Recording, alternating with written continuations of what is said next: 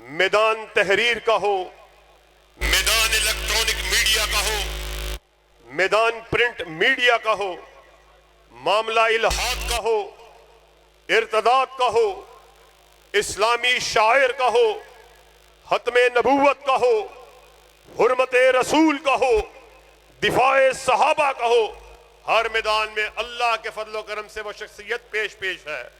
میری مراد جناب برادر اکبر انجینئر علامہ حافظ ابتسام الہی ظہیر سے ہے۔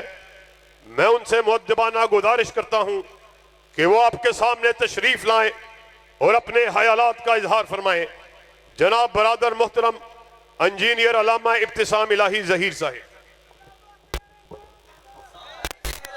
آمنتم به فقد اهتدوا۔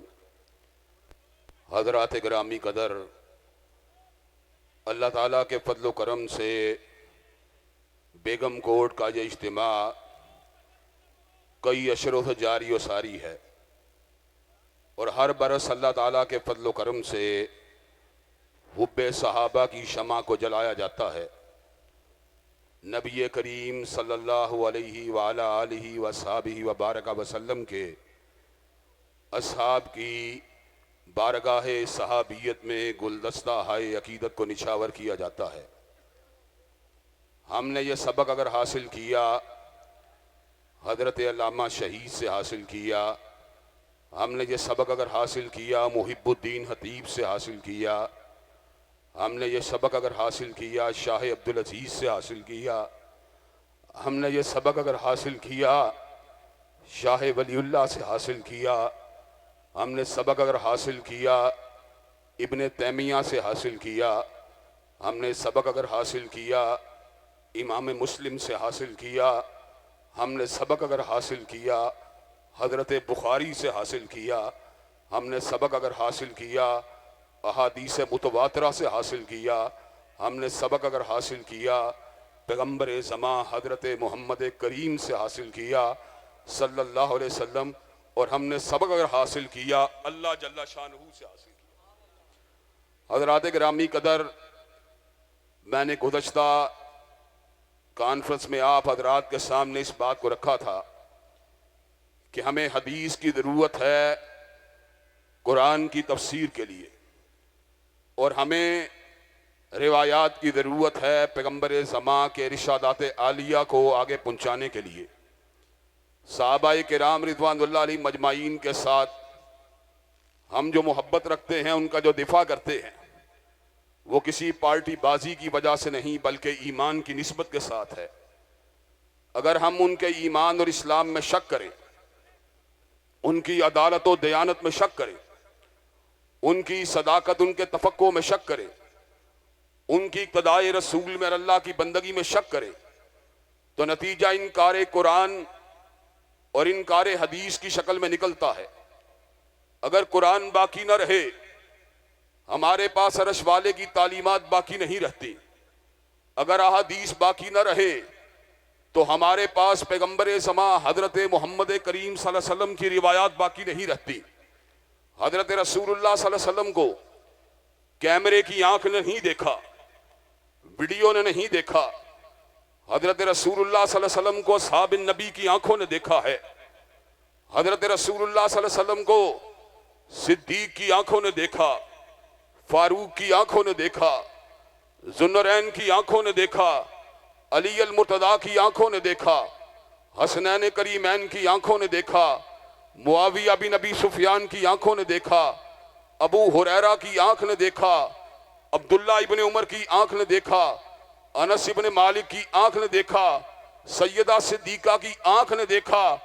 جن جن آنکھوں نے حضرت رسول اللہ صلی اللہ علیہ وسلم کی اداؤں کو دیکھا ہے اور آپ کی سنن کو دیکھا ہے اور آپ کی احادیث طیبہ کے اوپر آپ کو عمل کرتے ہوئے دیکھا ہے، اللہ کے فضل و کرم سے جب تک علامہ شہید کا ایک بیٹا بھی زندہ ہے، جب تک حبیب الرحمن کا ایک بیٹا بھی زندہ ہے، ان آنکھوں کا بھی دفاع کرتا رہے گا اور ان آنکھوں والوں کا بھی دفاع کرتا رہے گا۔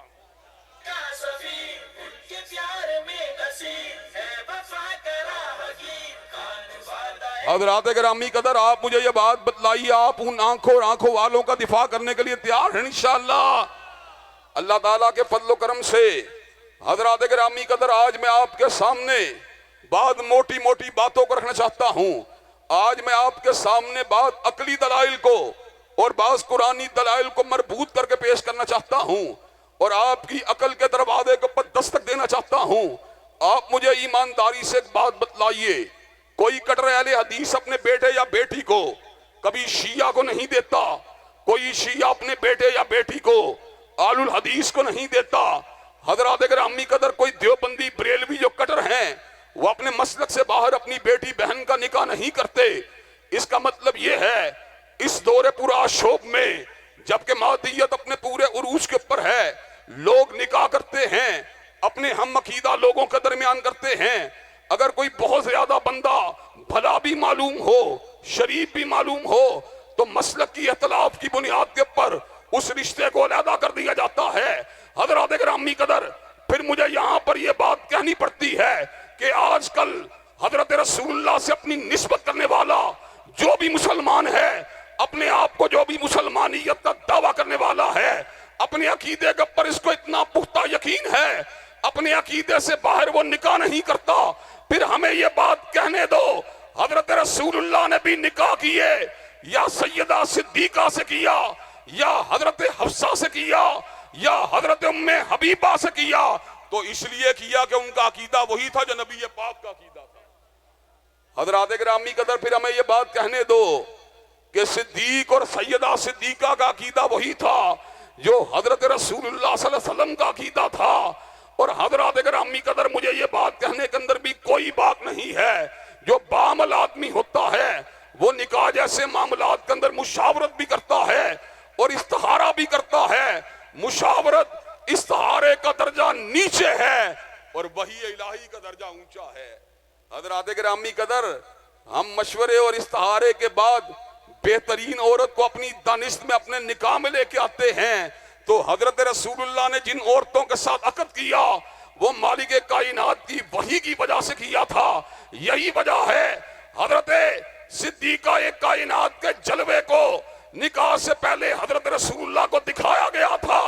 حضرات گرامی قدر ہم یہ بات کہنے میں حق بجانب ہیں، الخبیثات للخبیثین والخبیثون للخبیثات والطیبات للطیبین والطیبون للطیبات۔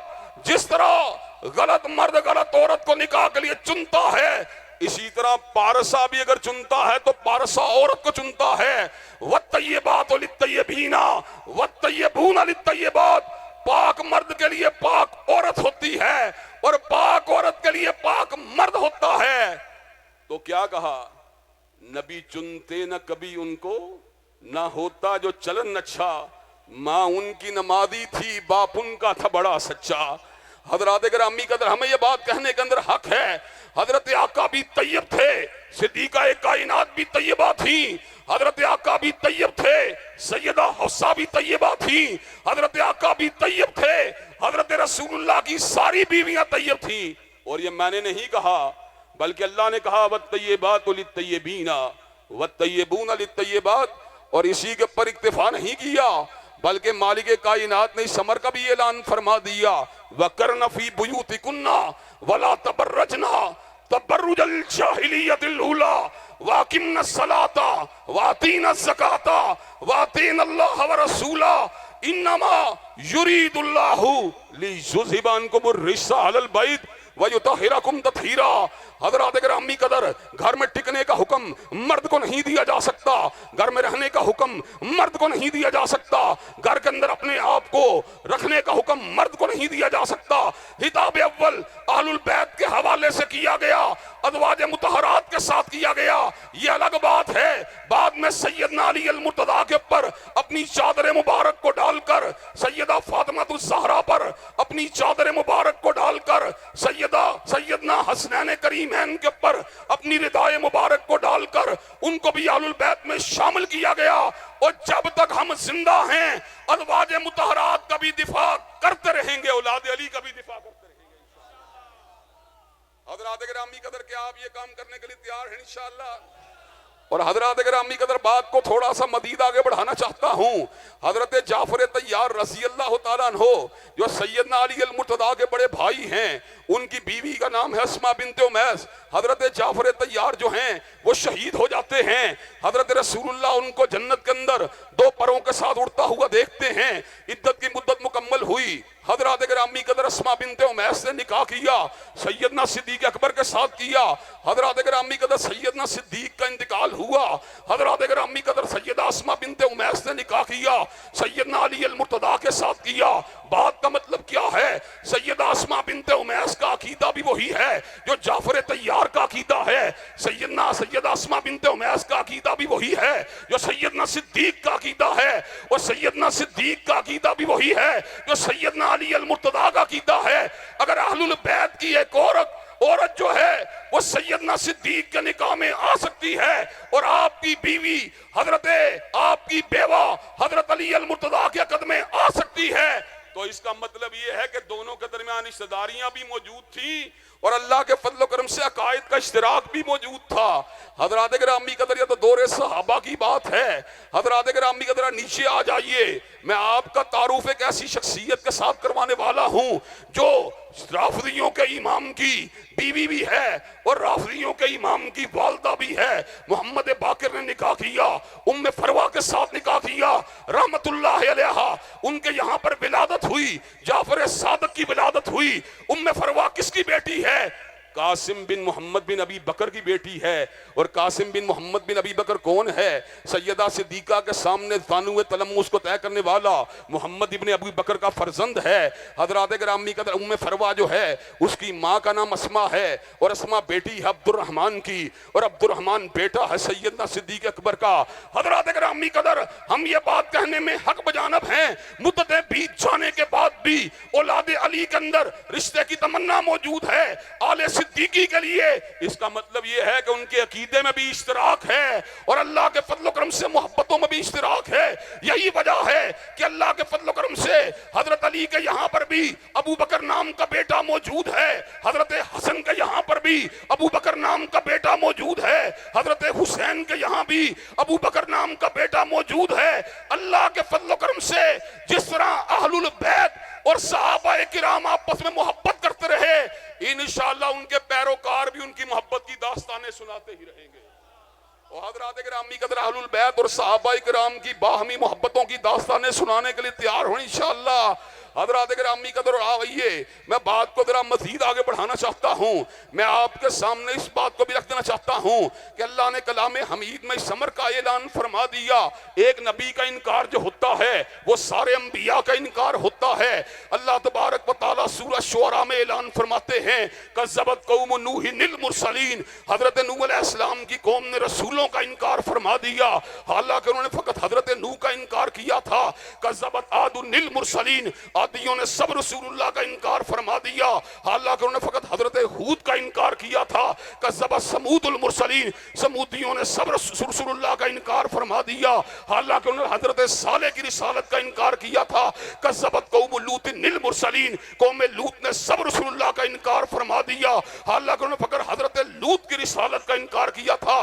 کذب اصحاب الایکۃ المرسلین. اصحاب ایکا نے حضرت شعیب کی رسالت کا انکار کر دیا اور اللہ تبارک و تعالیٰ کہتے ہیں انہوں نے سب رسولوں کی رسالت کا انکار کیا. اس کا مطلب یہ ہے کہ ایک رسول کی رسالت کا انکار کرنا سب رسولوں کی رسالت کے انکار کے مترادف ہے، حالانکہ یہ ایک بدیہی حقیقت ہے. تلک الرسل فضلنا بعضهم علی بعض منهم من کلم اللہ ورفع بعضهم درجات. بعض رسولوں کے مقام دوسروں سے بلند ہیں، لیکن ان درجات کے تفاوت کے باوجود بھی اللہ نے اس امر کا اعلان فرما دیا لا نفرق بین احد من رسلہ. ہم رسولوں کے درمیان کسی قسم کی تفریق کے قائل نہیں، ہر رسول کے پر یقین رکھتے ہیں. اسی طرح اہل الحدیث کا اور اہل سنت کا عقیدہ یہ ہے حضرت صدیق کا مقام اعلیٰ ہے، حضرت فاروق کا مقام اعلیٰ ہے، حضرت عثمان کا مقام اعلیٰ ہے، حضرت علی المرتضیٰ کا مقام اعلیٰ ہے. لیکن جو فتح مکہ کے بعد کے مسلمان ہیں ان کے بارے میں بھی تو پروردگار عالم نے اس امر کا اعلان فرما دیا کلم وعد اللہ الحسنہ. جو بھی فتح مکہ کے بعد مسلمان ہوا اس کے ساتھ بھی اللہ کا سچا وعدہ ہے. حضرات ایک لمحے کے لیے رکیے. حضرت علی المرتضیٰ قدیم الاسلام ہیں، حضرت حسنین کریمین جو ہیں وہ پیدائشی مسلمان ہیں، حضرت فاطمہ الزہرا جو ہیں وہ بھی قدیم الاسلام ہیں. مجھے یہ بات بتلائیے، کلم بعد اللہ الحسنہ کا حقدار اگر بنے گا تو اللہ کے فضل و کرم سے معاویہ بھی نبی سفیان بنے. حضرات گرامی فتح مکہ کے بعد معاویہ بھی نبی سفیان نے اسلام کو قبول فرما لیا. مدارج کا اختلاف تو ہو سکتا ہے، مراتب کے اندر فرق و فرق ہو سکتا ہے، لیکن کلم بعد اللہ الحسنہ، اللہ کا وعدہ سب کے ساتھ سچا ہے. اب یہاں پر میں اہل سنت اور اہل الحدیث کا عقیدہ بیان کر دینا چاہتا ہوں. ایک وہ آنکھ ہے جس نے 23 برس حالت ایمان میں حضرت رسول اللہ کے چہرے کی زیارت کی ہے. ایک وہ آنکھ ہے جس نے 22 برس حالت ایمان میں حضرت رسول اللہ کے چہرے کی زیارت کی ہے. ایک وہ آنکھ ہے جس نے 18 برس حالت ایمان میں حضرت رسول اللہ کے چہرے کی زیارت کی ہے. ایک وہ آنکھ ہے جس نے 15 برس حالت ایمان میں حضرت رسول اللہ کے چہرے کی زیارت کی ہے. ایک وہ آنکھ ہے جس نے 10 برس تک حالت ایمان میں حضرت رسول اللہ کے چہرے کی زیارت کی ہے. ایک وہ آنکھ ہے جس نے 1 برس تک حالت ایمان میں حضرت رسول اللہ کے چہرے کی زیارت کی ہے. اور ایک وہ آنکھ ہے جس نے 1 مہینے کے لیے حضرت رسول اللہ کے چہرے کی حالت ایمان میں زیارت کی ہے. اور ایک وہ آنکھ ہے جس نے 1 دن حالت ایمان میں حضرت رسول اللہ کے چہرے کی زیارت کی ہے. مراتب اور مدارج میں اختلاف ہو سکتا ہے، لیکن اہل سنت اور اہل الحدیث کا عقیدہ یہ ہے، چاہے 22 برس زیارت کی ہو یا 1 دن زیارت کی ہو، روح زمین کا کوئی بھی غیر صحابی کی عظمت کا مقابلہ نہیں کر سکتا. کیوں؟ اس لیے کہ اس نے والضحیٰ کے چہرے کی زیارت کی ہے، اس نے واللیل کے زلفوں کی زیارت کی ہے، اس نے ما داغ البصر و ما طغیٰ والی نگاہ کی زیارت کی ہے، اس نے علم نشرہ کے سینے کی زیارت کی ہے، اس نے ورفعنا لک ذکرک کے مقام والے کی زیارت کی ہے، جس نے حالت خواب میں حضرت رسول اللہ کے چہرہ مبارک کی زیارت کی ہو.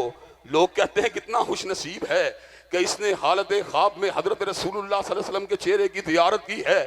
اور واقعی خوش نصیب ہے. 30 40 سال تک حدیث کو پڑھانے والے ایک رات بھی حضرت رسول اللہ صلی اللہ علیہ وسلم کے چہرہ مبارک کی زیارت کا شرف نہیں ملا. حضرات گرامی قدر، وہ تو خوش نصیب ہے جس نے حالت خواب میں حضرت رسول اللہ صلی اللہ علیہ وسلم کے چہرے کی زیارت کی.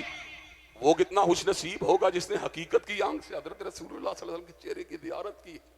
حضرات گرامی قدر، یہی وجہ ہے کہ حضرت رسول اللہ صلی اللہ علیہ وسلم نے سمر کا اعلان فرما دیا، خیر الناس قرنی ثم الذین یلونہم ثم الذین یلونہم ثم الذین یلونہم. بہترین لوگ میرے زمانے کے لوگ ہیں، اور پھر وہ لوگ بہترین ہیں جو ان کے بعد آئے، اور پھر وہ لوگ بہترین ہیں جو ان کے بعد آئے.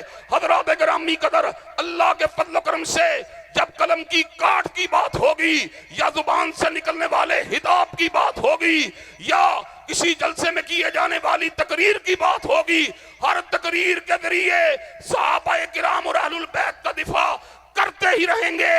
اور جو ان کی تنقید کرے گا، ان کی تعریض کرے گا، ان کی توہین کرے گا، اس کا ڈٹ کے مقابلہ کرتے ہی رہیں گے.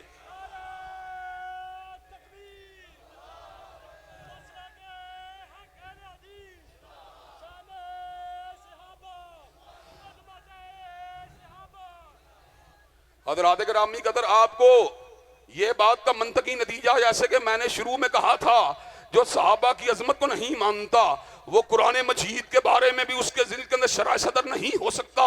جو صحابہ کرام کی صداقت کو نہیں مانتا، حدیث طیبہ کے بارے میں بھی اس کے اندر شرح صدر نہیں ہو سکتا. فقط سیدنا ابو ہریرہ، فقط سیدنا عبداللہ ابن عمر اور فقط صدیقہ کائنات کی روایات کا انکار کر دو، 10,000 کے قریب روایات کا انکار ہو جاتا. حضرات گرامی قدر، کیوں کر ممکن ہے کہ ہم کتاب و سنت کی ترجمانی کرنے والے عظیم الشان ہستیوں کے دفاع سے کنارہ کشی کو اختیار کر لیں.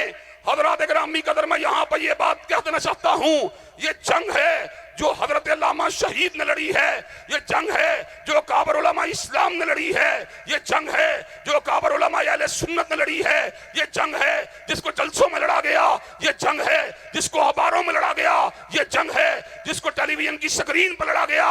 اور انشاءاللہ یہ وہ جنگ ہے جس کو اسمبلی کے اندر کئی مرتبہ لڑا گیا.